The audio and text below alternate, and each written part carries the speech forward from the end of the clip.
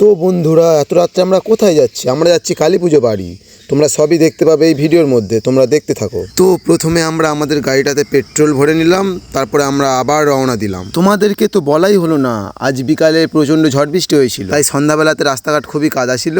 ওই অবস্থায় আমরা আমতলায় পৌঁছে গেলাম। আমরা ভেবেছিলাম আমতলায় চেকিং হচ্ছিল, কিন্তু আমতলায় কোনো চেকিং হয়নি। আমরা দুই বন্ধু এই দোকানে ঢুকেছিলাম, অত বলতে পারবো না ও কী কিনলো, তোমরা দেখতেই পেয়ে গেছো।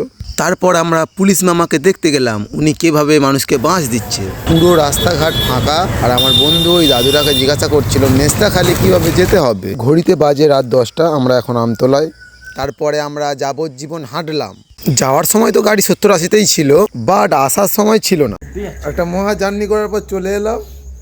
আমার মায়ের মুখর্ষির থেকে সুন্দর মুখর্ষি আর কিছু নেই। আমার মা তারা সর্বোচ্চই সুন্দর। কালী পূজার অনুষ্ঠানটা খুবই সুন্দর ছিল, আমার দেখা একটা খুবই সুন্দর মুহূর্ত আজ। শুধু এতে এই শেষ নয়, একটু সাভার করো। পূজাটা সারা রাতের ছিল, তাই সবাই সারা রাত জেগে নাচবে। উপরন্ত ভোরের বেলা বিসর্জন হবে। পূজাটা এক রাতেরই ছিল। আমার মাগিবাজ বন্ধুকে দেখো, শুধু মেয়ে দেখছিল। সারা রাত শুধু নাগিনা আর নাগা ড্যান্স হচ্ছিল। তারপর আমরা ভোরের বেলা বাড়ি যাওয়ার জন্য রওনা দিলাম। আমার বন্ধু কেলিয়ে যাবে ভাব। সেভ জীবন, সেভ লাইফ, ওসব কিছু যায় না, এবার বাড়ি যাব। বলেছিলাম না আমার মায়ের থেকে সুন্দর কিছু নেই, তাই দেখেছো আমরা বাড়ি যাওয়ার সময় মা আমাদেরকে দেখা দিয়ে দিল।